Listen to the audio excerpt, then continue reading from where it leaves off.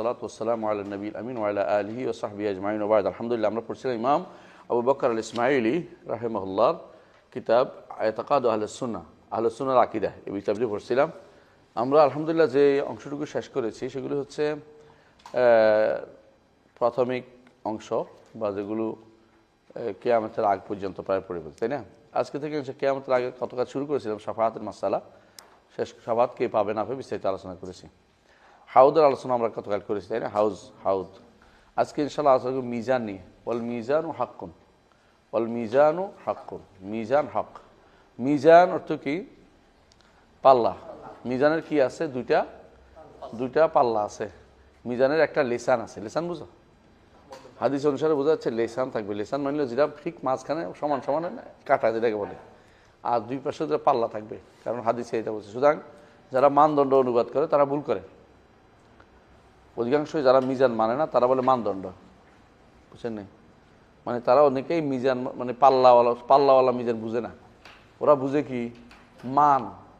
এই জন্য অনেকে মুতাজিলারা মিজান মানে না। কেন মিজান মানে না? তারা বলে আল্লাহ কি বাক্কাল না ফাউয়াল, অর্থাৎ আল্লাহ কি তরকারি বিক্রেতা না ফুল বিক্রেতা? আল্লাহ কেন ওজন করবে? নাউজুবিল্লাহ। আল্লাহ ওজন করবে, আমল লেখে কেন? আমল নামা আসবে, আমল নামা ওজন করবে, আমল ওজন করবে, আর কি ওজন করবে?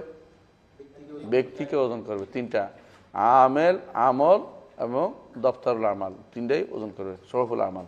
তাহলে এরা কেন মানে না? এদের ব্রেনে ধরে না, এজন্য। কিন্তু আমরা বলি যে অবশ্যই মিজান রূপে ইমান আনতে হবে, এবং মিজানের শুধু কাফাতান আছে, দুইটা তীর এবং লেসান আছে, দুইটা কি আছে? কাঁটাটা আছে, যেটা সমান সমান হয়, দেখা যায় না, ওইটা কাঁটাটা আছে। তাহলে এইটা বাস্তবে আমরা ইমান রাখি, কোন রকমের কি নয়, অর্থ নয়।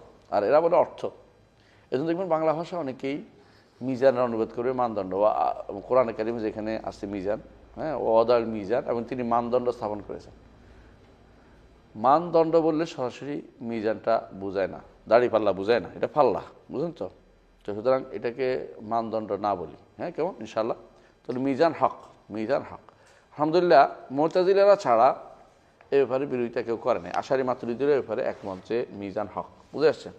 তো এই মুতাজিলা দ্বারা প্রভাবিত যারা, তারা এখানে ভুল করেছে। ওয়াল হিসাব হাকুন, হিসাব হক, হিসাব নেওয়া হবে, তাই তো? হিসাব নেওয়া হবে। তো হিসাবের অর্থ হচ্ছে, একটা হলো ওজন জিনিসপত্র, একটা হলো ভিতরে কি লেখা আছে, এটার উপরে হিসাব হবে।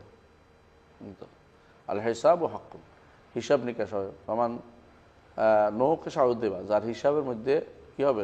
মুনাকাশা করা হবে, প্রশ্ন করা হবে, এটা কেন করলো, এটা কেন, সে আযাব ছাড়া কোনো পথ থাকবে না। তো আল্লাহুম্মা হাসিবনি হিসাবান ইয়াসীরা, এই দোয়া করতেছেন আয়েশা রাদিয়াল্লাহু আনহা। এমন সময় রাসূলুল্লাহ সাল্লাল্লাহু আলাইহি ওয়াসাল্লাম বলেন যে